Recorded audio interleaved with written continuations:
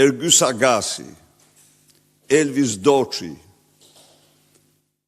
Vangjush Dako dhe Edi Rama gjatë fushatës elektorale kanë zhvilluar një seri takime, sipas burimeve dëshmitarëve në vilën e Vangjush Dakos në plazhin e Durrësit.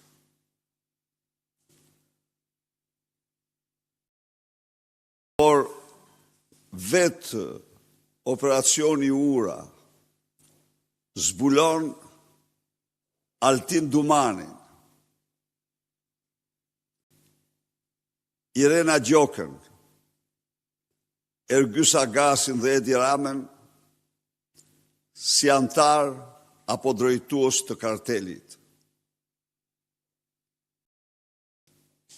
Autoritetit italiane prun urdhër arrestet me datën 19 shkurt. Nga kjo datë,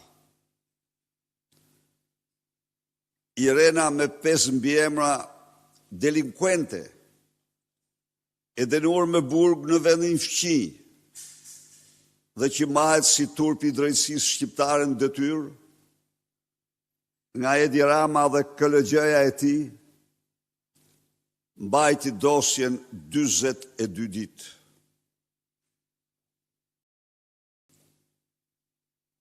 Pas 42 ditësh, ajo firmosi, por Altin Troplini, alias Dumani, e mbajti dosjen edhe 20 ditë të tjera, nga data 30 prill me datën 20 maj. Sa bosi i kartelit Elvis Doçi ju dha kohë mjaftueshme për të përmbushur misionin, për të transferuar, për të fshehur të gjitha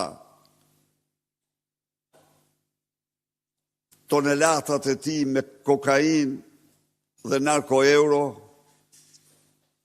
dhe tani jeton i qetë. Altin Dumani në paftyrsinë më të madhe, Altin Troplini në paftyrsinë më të madhe, u deklaroi shqiptarëve se shtym arrestin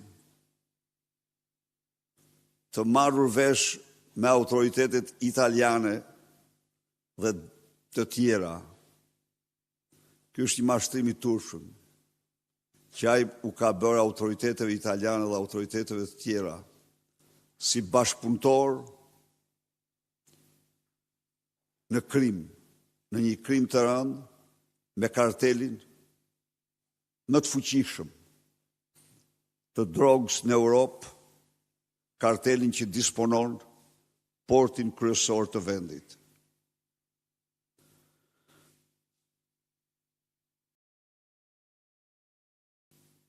Por, në qendrimin e Shteteve të Bashkuara të Amerikës, ka një ndryshim cilësor, shumë të rëndësishëm.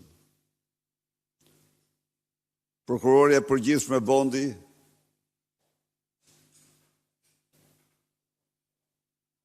flet për kartele droge. Presidenti Donald Trump kartel të drogës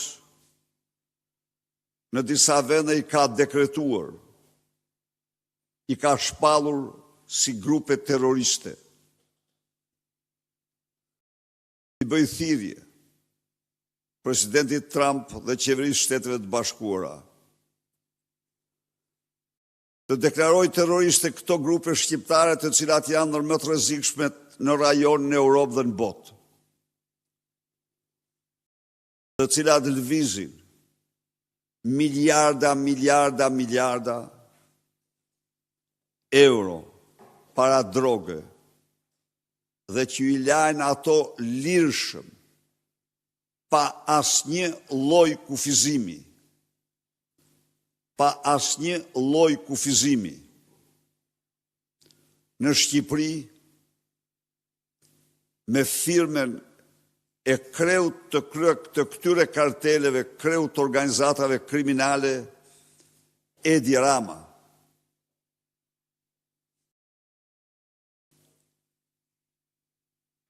Deklarimi i organizata terroriste,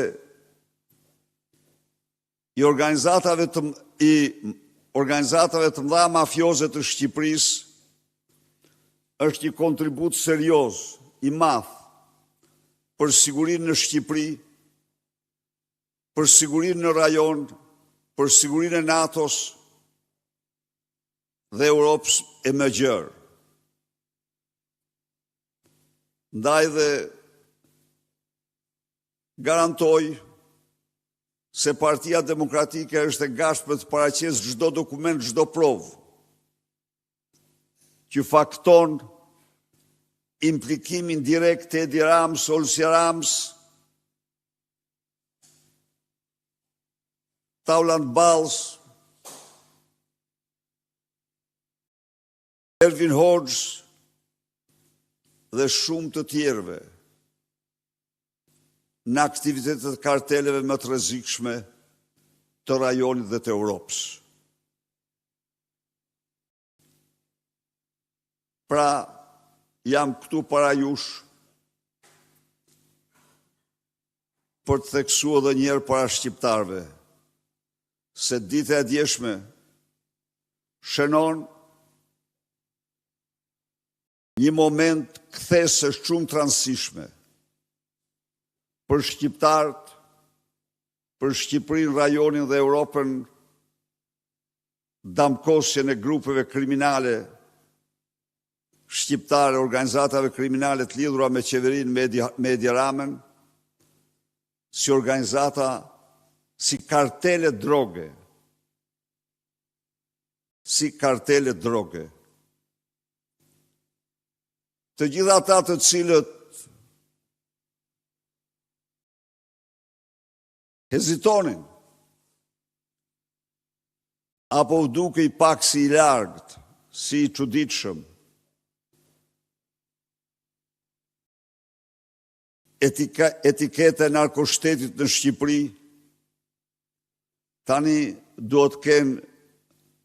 nuk duhet kenë më asnjë dyshim. Shqipëria është shteti i karteleve të drogës.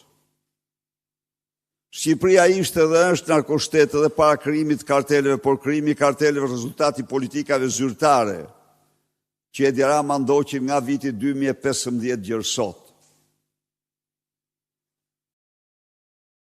Kartelet e drogës në Shqipëri janë dhe vendimarrësit më të fuqishëm. Vendimarrësit më të fuqishëm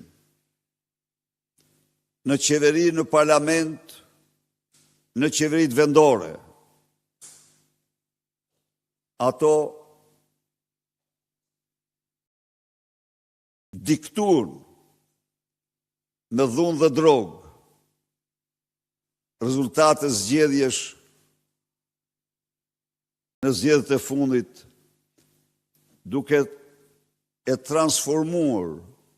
duke i transformuar zgjedhjet e vitit 2001, zgjedhjet e majt 11 majt 2025 në farsën elektorale më të shëmtuar në historinë e vendit në 34 vite. Faleminderit. Tani, për t'ilustruar disa momente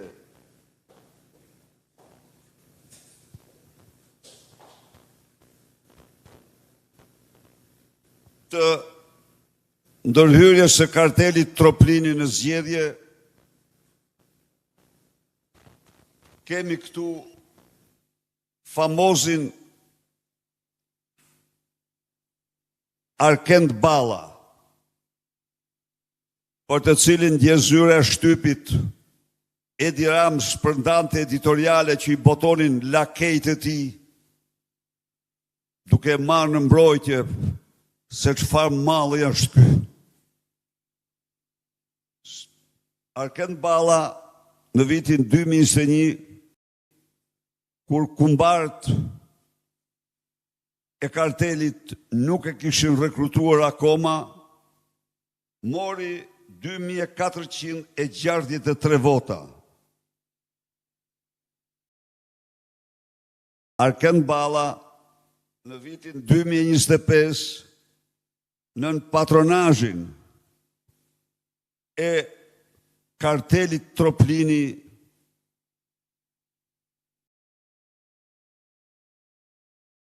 Elvis Doçit mori 20.718 vota. Pra këti po thuaj ju 10 fishuan votat nën patronazhin e kartelit Troplini.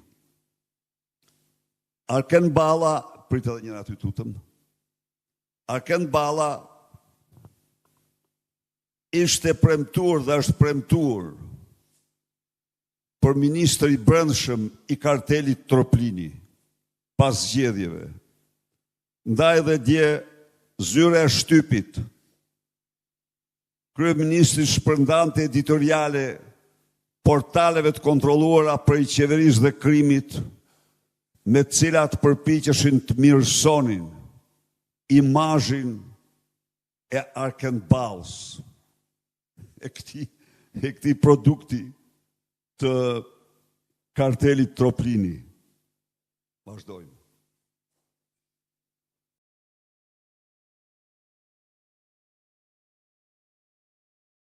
Tu kemi një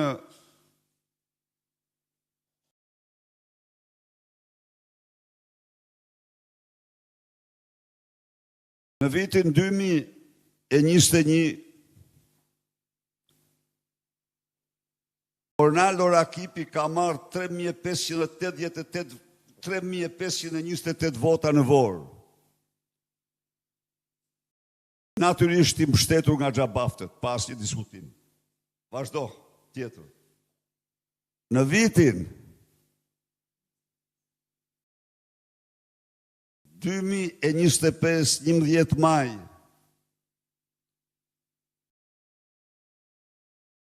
votat e tij pjestohen me 10, sepse ka hyrë në garë Blendi Xhabafti. Blendi Xhabafti, ministri Xhabafti, ka marrë 4.759 vota. Dhe i dyti pas ti ka marrë 10 herë më pak vota. Për të pak këtu efektin e kartelit Xhabafti, që ka portën e Tiranës, hyrjen e Tiranës kontrollon. Urdhoni. Tjetër. Ta tregoj unë. Po. Janë paisur, jeni paisur të gjithë me që ja ku është banditi. Të gjithë shkon dhe kërcënon tek qendra e votimit mbledh vota për Blendi Gonxhën. Po, refugjat. Shkoni. Ky është antar i kartelit. Po një demokrat nuk po kishim që të dalë në Facebook. Sa janë? Vazhdo, mos u merrni me punë. Nuk gazetarët e gjeni një qytetar. Ta janë. Do ta zgjidhim. Fjalët e këtij. Po. Ja zgjedhjet në Vorë. Okej. Kur karteli drogës Xhabafti në hyrjet qytetit shkon dhe terrorizon qytetarët tek qendra e votimit. Unë jam Bert Xhabafti. Tjetër. Të dënuar në Itali për drogë të tjerë, këta janë droga në Tiranë futet nëpërmjet tyre, kontrollojnë këta marrin përqindjen. Tjetër.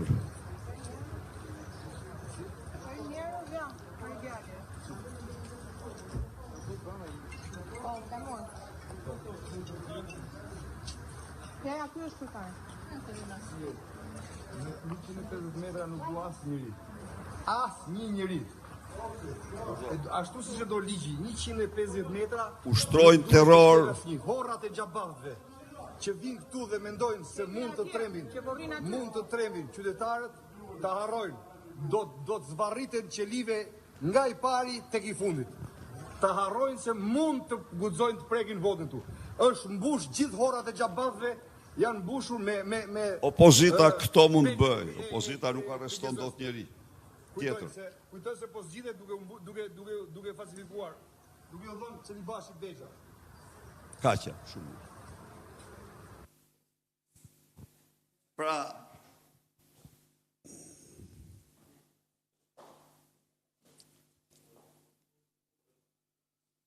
Pra u njoft këtu një ilustrim mbi brutalitetin, ndërhyrjen brutale të karteleve të drogës, kartelit